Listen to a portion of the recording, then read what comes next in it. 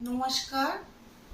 আমরা যে জামা কাপড় নীল দিয়ে পরিষ্কার করি, সেই নীলের দ্বারাই রাহুর অবস্থান প্রচণ্ড ভালো জায়গা তৈরি করে। কি করবেন? একটি নীল রঙের মগ নেবেন, তার মধ্যে 5টি নীলের ফোঁটা দেবেন, তারপরে ফিটকিরি দেবেন, দিয়ে ওইটি টয়লেটে ঢেলে দেবেন, দিয়ে ফ্লাশ করে দেবেন। কন্টিনিউ আপনাকে করতে হবে। করে দেখুন আপনার প্রচণ্ড অর্থ আসবে চারিদিক থেকে।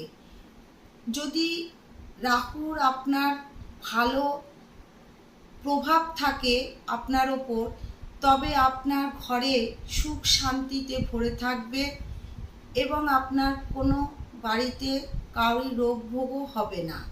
আপনি একটা শান্তি পাবেন।